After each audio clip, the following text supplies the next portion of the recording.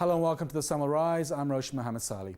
Today we're going to talk about Israeli Hasbara, in other words, how the Zionist entity disseminates its propaganda and misinformation across the world. We're doing this in the light of repeated attempts by Israeli politicians and media to conflate the terrorist group ISIL with the resistance group Hamas, and by extension, Palestinians. Recently, Palestinian Christians have condemned ISIL's crimes, mourning the slaughter of 21 Egyptian Copts in Libya. Moreover, Palestinians refuse to accept the label of extremists that Israel tries to impose on them through its Hasbara. On today's show, we'll ask what's Israel's real goal in tarring Palestinians as ISIL, and we'll discuss just how effective Israeli Hasbara is and what pro-Palestinians are doing to counter it. But first, here's a report from Gaza on how Palestinians themselves view Israel's smear tactics.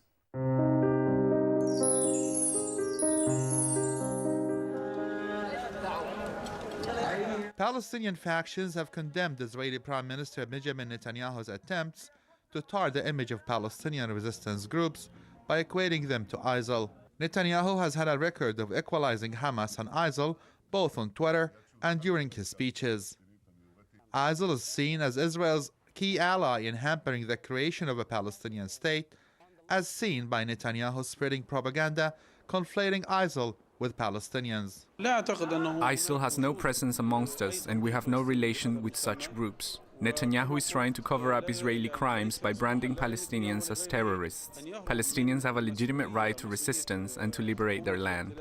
The Popular Front for the Liberation of Palestine, PFLP, said that a group like ISIL only serves the interests of Israel. Netanyahu is using ISIL to scare the world and to give Israel the green light to commit more crimes against Palestinians.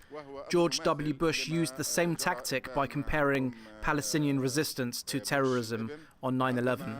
An analyst said that ISIL, also known as Daesh in Arabic, shares the same principles with Israel. There is no relationship whatsoever between Hamas and Daesh. Actually, Israel is a Daeshite state, simply because the principles and the ideologies and the practices which Israel doing against the Palestinian people, against the whole world, is more Daeshite than any part of the world.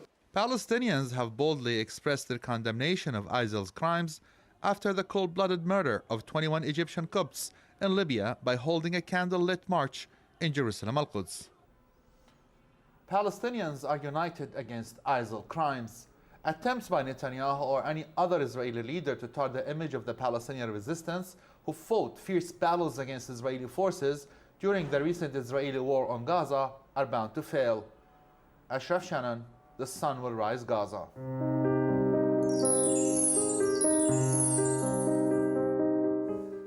To discuss the issue of Israeli Hasbara or propaganda, we have two guests in the studio with us today. Imran Shah is a political blogger specializing in social media, and Hassan Al-Khatib is a documentary filmmaker and TV presenter. Hassan was on the Viva Palestina aid convoy from London to Gaza in 2010, after which he made a documentary called Viva Palestina. Thank you, gentlemen, for coming in today. Hassan, if I could start with you. So let's get this out of the way. So there's this equation with that the Israelis are making between ISIL and Hamas. Not true, right? Well, not true, of course, but not to be surprised, and they're going to continue to be doing this as they have done in the past by conflating anyone who opposes Israel with being, really extreme terrorist. They've done this with, Hamas and Al-Qaeda before. They're doing it now with Hamas and ISIL. To be honest with you, there is a small presence of people who are sympathetic, or even people who have gone and joined ISIL inside the Gaza Strip, but they are a small minority, something which Hamas has nothing to do with. I'll ask you about that in a bit depth later on, but in terms of even their religious ideology, Hamas springs from the Muslim Brotherhood kind of thinking, doesn't it? Of course. Originally. Of course. ISIL, Salafi, Jihadi, there's so many even religious and methodological differences between these two groups, isn't there? Of course. In fact, when it comes to their approach in the Middle East, you can see there's a huge gulf. Hamas is pretty much a resistance group against Israel. That's what they've been ever since their inception. Whereas ISIL, what we've been seeing, what they've been doing over the past few years is pretty much attacking other Muslim countries and other Muslim groups. So there is a huge gulf and huge divide between these two. But groups. nevertheless, you know, Netanyahu keeps repeating this. Some people are going to believe him, aren't they? Well, I mean, only the very, very gullible and people who can't really distinguish between these different Islamic movements and different Islamic groups will probably won't be able to see through these lies. But I think the normal political commentators are in the know that this is obviously just another lie. This is just another, conflation of issues. He's trying to make Hamas look even worse than it is. And this is something I think a lot of people who may disagree with him, but they're not really going to challenge him on this. Sure. Imran, obviously you're specialised in social media. I mean, Israel must surely know that this is a lie, right? But are they working off the principle that if you repeat a lie enough, people are going to believe it? Or? Certainly. I mean, it came out in the Al Jazeera reports that in the intelligence leaks from South Africa that Iran doesn't have any capability to build a nuclear bomb, yet Netanyahu across the whole world is repeating these lines that Iran is an existential threat to the world, especially on nuclear terms. So we know essentially what Netanyahu is doing is just peddling a lie constantly in order to try and galvanize a narrative that has no basis on reality whatsoever. Yeah. And this is something that we see in Hasbara. We see that to be the case. And this is the interesting thing. On social media, on Twitter, it basically is the epitome of an informed public. So if you were to see what an informed public would act like, Twitter is probably the best example. Really? Yeah, I would definitely... Sometimes you get crazy people on Twitter, though, don't you, as well? Yeah, well, that always happens in the general populace. You always have fringes of all sorts of type of people. But what's most interesting, especially when there is an onslaught of Gaza, there's always, and that's when the Hasbara are in full flow, there's always an organic international mass of people that are out there countering their narratives and their falsehoods and so on. And it's quite remarkable that when we hear people say that Hasbara has some clout, it's not entirely the case at all. Right. In fact, they're quite wasted on social media. It is being counted, but ultimately it is an organised, well-funded system, isn't it, this Hasbara? But despite the institutionalised order of Hasbara, it has absolutely no impact whatsoever on the social masses of social media. You think so? Very much so. However, what they do also is peddle Islamophobia. So the same Hasbara accounts that peddle a pro-Israeli narrative, a pro-Zionist narrative, they also peddle Islamophobia. And that is not surprising because we have the same Islamophobic groups that peddle the same Zionist pro-Israeli narrative as well. Yeah. And that is something that's not counted so effectively. Really? Yeah, because the informed public are not well informed as to how exactly to counter this narrative. When it comes to the Palestinian issue, we know all the facts, we know all the arguments. And the question may arise, why exactly would an Israeli state sponsor Islamophobia? Why would they do that? And it's essentially... And I'll ask you that in a few minutes' time, so hold that thought. As usual, we like to showcase your views and comments on our social media pages. So here's Camelia Shambayati with what you've been saying about Israeli Hasbara and other Palestine-related issues.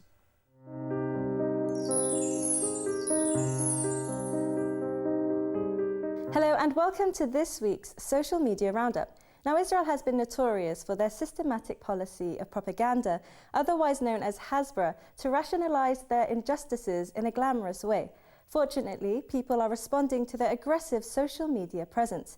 Let's take a look at a few Facebook comments. Hadi from the UK says, Netanyahu is famous for being a diabolical liar. The threat of the terrorist Israeli regime is clear and must be stopped by all responsible world leaders. Meanwhile, Ahmad from Palestine thinks Israel will get what's coming to them. He says, the Zionist paranoia will result with their inevitable destruction. I hope to see this happen one day.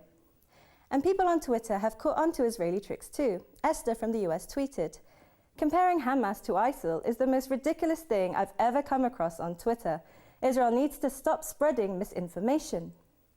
Moving on now to something more refreshing, the artist Banksy has unveiled a new series of artwork on the streets and walls of Gaza. more than just art, is to remind the world of Israel's carnage during their 50-day offensive on Gaza that killed more than 2,000 Palestinians. And each piece of graffiti has a symbolic meaning. For example, the cartoon cat amongst the rubble represents how we are distracted from major injustices with trivial things. And finally, campaigners at the SOAS University in London are celebrating a big victory for the boycott, divestment and sanctions movement after a referendum to endorse an academic boycott of Israel passed by a landslide. The results showed that an overwhelming 73% of more than 2,000 voters backed the boycott. And that's all the social media news I have for you. Please do follow our Facebook and Twitter accounts for more news on Palestine.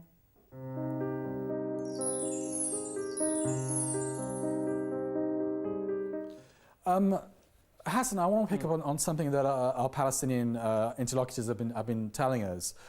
A lot of them seem to be equating ISIL and Israel, if not being direct allies, but indirect allies, in the terms of ISIL kind of serves Israeli interests. Would you go along with that? Or? Very much so. In fact, the former NATO General Secretary Wesley Clark said in a media interview that ISIL was created by his allies, by America's allies, to destroy Hezbollah.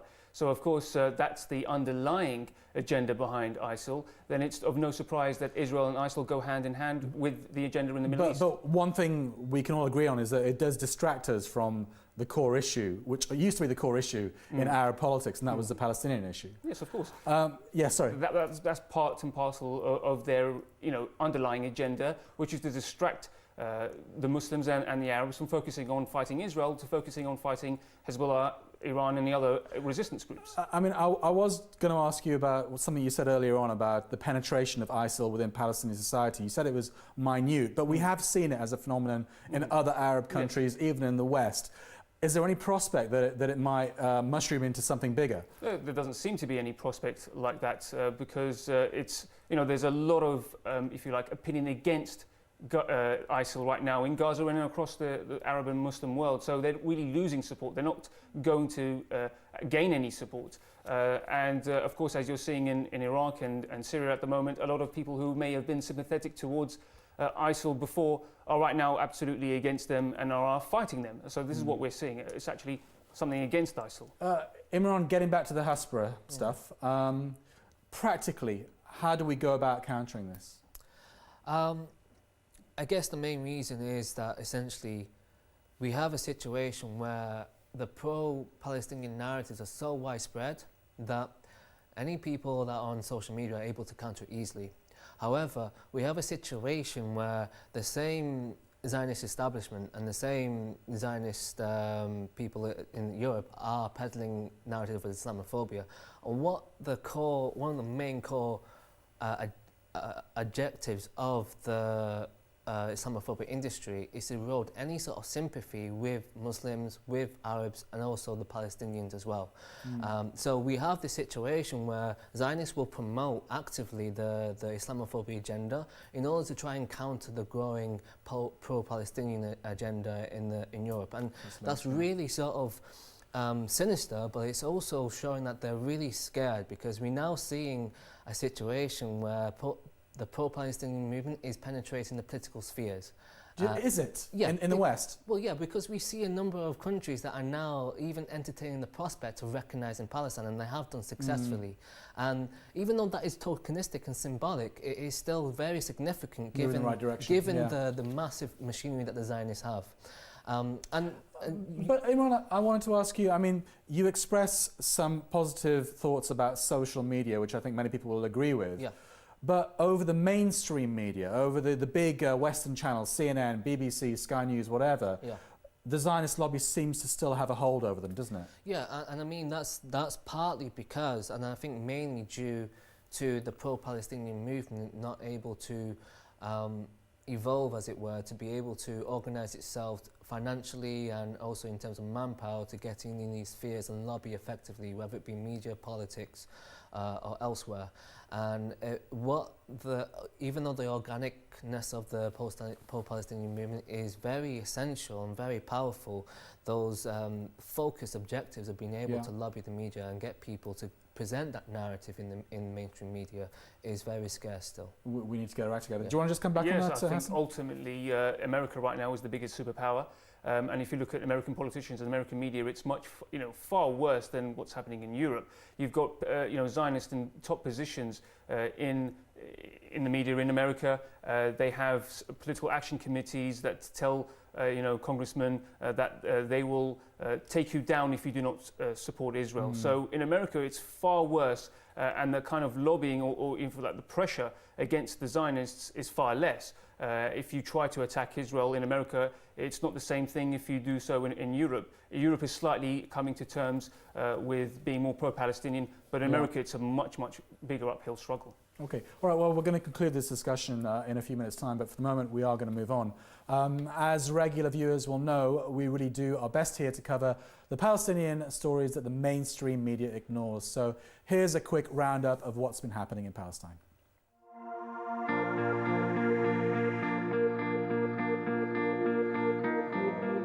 During the Open Shuhada street protests, Israeli forces opened fire at a group of Palestinian children who were dancing as a form of protest in front of the Shuhada checkpoint in Hebron al-Khalil. The children were performing a traditional Palestinian dance called dabka, but had to flee after Israeli soldiers fired tear gas and threw stun grenades at them. Palestinians are no strangers to being refugees, and the crisis in Iraq has led to a new exodus for some. 18 Palestinian families fleeing ISIL have taken refuge in the Bahaka internally displaced persons camp on the outskirts of Erbil. Some of the Palestinian families have been displaced over 5 times during the past few decades. Most recently, these families fled their homes when ISIL took over their villages. Thousands of Hamas supporters rallied in Khan Yunis and Gaza City recently to protest Egypt's decision to label the political party as a, quote, terrorist organization. Demonstrators carried banners reading, "Hamas is not a terrorist group, and the resistance defends the dignity and freedom of nations." A senior Hamas leader, Ismail Radwan, told demonstrators that the decision by an Egyptian court is a, quote, service to the Israeli occupation that does not represent the will of the Egyptian people. And finally, Palestinians celebrated the opening of the Bethlehem Museum for Culture and Heritage, which preserves around 3,000 exquisite artifacts. The museum took more than 30 years to be inaugurated, and it is a recognizable achievement. The Ministry of Tourism insists that the museum will help the tourists know more about Palestinian history.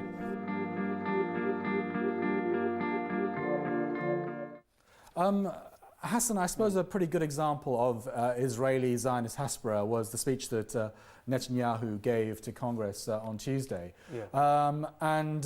I mean, he was mainly talking about Iran. I don't want to particularly get into Iran because it's not the topic of this show. He talked about Hamas a lot. But what I noticed also, I mean, first of all, give me your thoughts on that speech. Well, of course, it was a speech designed primarily to get the Americans to prioritize their agenda against Iran, to not let them, to allow them to have any deals with Iran. But there was a few underlying issues with this particular speech, and that was some of the lies that he came out with. He tried to say, for instance, Iran is going to be a huge threat to Israel's existence, Jews around the world and everything else. But you see, this is the part of Israeli propaganda that I think we really need to focus on. The fact that they have been lying over and over again, even before they even came to creation, they've been lying to the Jewish people about coming here, this is your homeland, no one else is in this particular, in Palestine. And they've been continuing that lying, of lying, of demonizing, tarnishing their opponents, whoever they may be. So I think this is one of the biggest parts of Israeli propaganda is to twist the truth, because they feel it will gain them more support. But I think in the future, more people will actually see through these lies, and it will go against them. Imran, I'm not sure whether you saw the speech on Tuesday, but would you characterize it as Islamophobic as well, some of the stuff that he was saying? Most certainly, and one of the ways in which you can really see that is Islamophobic, is because he tries to lump certain Muslims together that have a very vast diversity. So Iran has a lot of difference with ISIL, has a lot of difference with Hamas, and also these groups have a lot of differences with various other Muslims across the whole world. However, to be able to tar them as jihadists, Islamists, the same sort of propaganda as we see in Islamophobia in Europe, is essentially Islamophobic. And the point of this is essentially, as I said before, to erode any sort of sympathy you have with Muslims and Arabs. But also you have to really understand that to demonize Muslims in such a way is to try and depoliticize and pacify the Muslim public. And so as a political Muslim who's most likely to be pro-Palestinian, you are seen in the eyes of the Zionist entity as simply as a dirty Islamist and nothing else. And that's why they try to paint you, no matter what kind of Muslim you are, as some kind of moderate version of ISIS. Yeah. I mean, I must have noticed, I noticed myself on social media following that speech, there was obviously lots of Zionist supporters ready to do their tweets, ready to support what Netanyahu was saying. And as soon as he started speaking, they bombarded the social media space with that. And it took the pro-Palestinian activists a little bit of time to catch up. So we are lagging behind a little bit, aren't we, in our professionalism, in our organisation. I mean, when it comes to sort of really, and you have to sort of see that it's minor. When you see sort of minor instances like that, an institutional, organised approach can really sort of swamp the airwaves. However, when it comes to actual real events, when it starts coming out in the press, that's when more the general public start really seeing the situation and they start to be able to counter it. Yeah. So we do see that surge of pro-Israeli narrative, but very quickly you start seeing pro-Palestinian activists on social media are very easily countering that. And this speech shouldn't really be seen as nothing major because it's just him appearing at the Congress, which he does every year anyway. And by the way, this speech also goes to show the kind of power and control and influence that the Israelis have over Congress and America. So in any way, it actually damaged their reputation even more and built into this narrative that they are the ones who are, pretty much controlling America's Western foreign policy in the Middle East. And ultimately, I mean, Arabs and Muslims and even kind of pro-Palestinians, whatever, we've had our differences over the last few years, haven't we? But ultimately, these are issues that we can unite around. And maybe just kind of just to end on that thought. Well, I mean, this is the thing. When you look at, for instance, Jewish organisations and lobby groups, Jewish Zionist lobby groups, there are hundreds of them, and they have so many differences, political, religious, social differences amongst them. But when it comes to Israel, they all unite, and I think that's something that Muslims have to also learn from, and Arabs, that when we all have our differences, whether it be political, social, or religious, but when it comes to Palestine, this is something that unites all Muslims. Apart from the very, very extreme ones, but this is something I think we should all stand together and be on a common platform. Palestine and Islamophobia. Exactly. Very easy These issues two very important issues. Imran, I was going to ask you a question, but we're out of time. So thanks a lot for coming in, guys, today. That is all the time we have for today. Once more, thank you to all our guests, and don't forget to get busy on social media telling us of what you think of the issues raised in this programme. Thanks for joining us. We'll see you again next time for more discussion and analysis on Palestine. Bye-bye.